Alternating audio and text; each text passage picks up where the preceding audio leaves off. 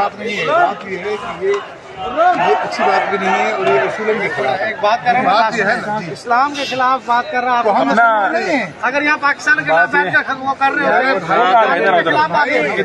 यही कानून के खिलाफ बात हो रही है। सही है।